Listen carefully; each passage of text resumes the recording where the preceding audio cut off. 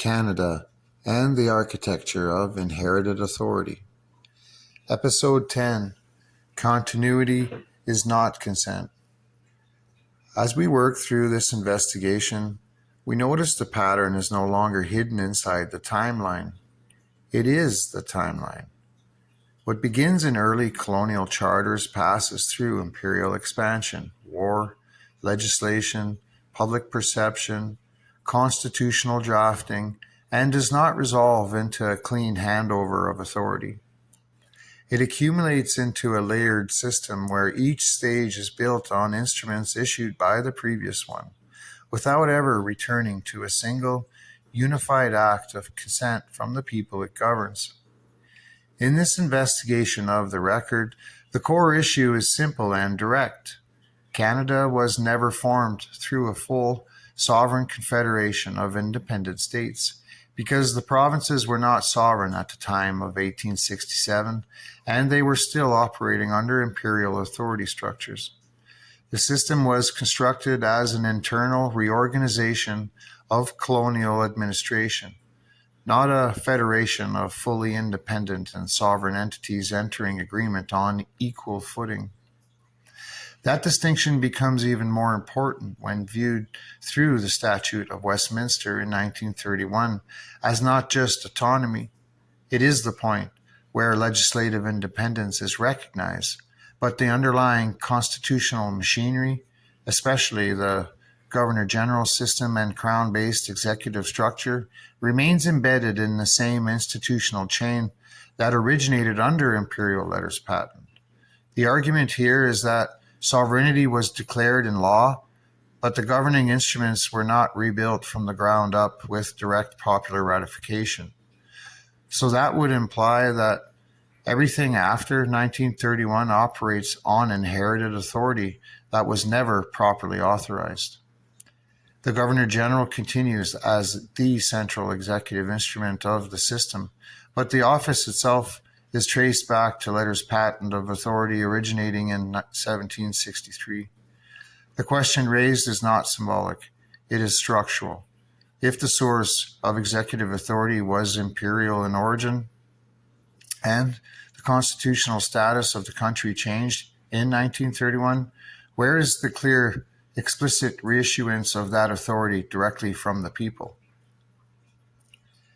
That same question is carried into 1947 and beyond, where letters patent are issued again to define the office of Governor-General. Concern is raised that these instruments do not clearly demonstrate full reconstitution of authority under a new, fully ratified constitutional foundation, but instead continue the same administrative mechanism under modified conditions. That continuity is treated here as unresolved, not because it is assumed illegitimate by default, but because no complete public ratification process ever replaced the original chain of delegated authority. The absence of direct public consent is not a side detail in democracy. It is central to it. Across the entire constitutional timeline, there is no empire-wide referendum, no province-by-province founding vote confirming constitutional legitimacy as a sovereign act of the people, and no unified moment where all provinces and Indigenous nations were included as equal constitutional authors. Indigenous nations in particular are consistently absent from the foundational constitutional agreements that defined land, jurisdiction, and governance structure. That absence is not historical background. It is a structural omission that carries forward into every later legal development. The Constitution Act 1982 is treated here as the final constitutional consolidation of that inherited system, but also as another stage without full universal consent.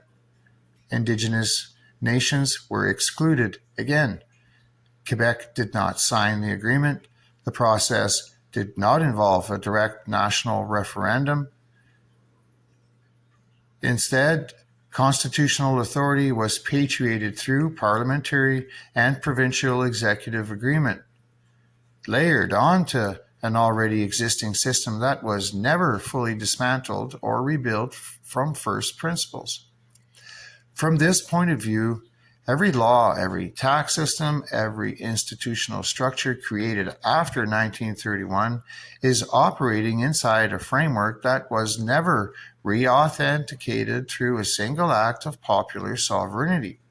Income tax, federal authority, criminal law, regulatory systems, and administrative governance are all treated within this interpretation as extensions of an inherited legal structure rather than newly founded sovereign instruments ratified directly by the people of each province. The Clarity Act 2000 then becomes the modern expression of that same control structure. It does not remove the issue. It formalizes it. It places the determination of clarity for separation into the hands of parliamentary after the fact of a referendum, meaning the threshold of legitimacy is not purely numerical, but conditionally defined by the governing system itself. That means the system retains final authority over whether a democratic result is even recognized as sufficient to trigger constitutional change.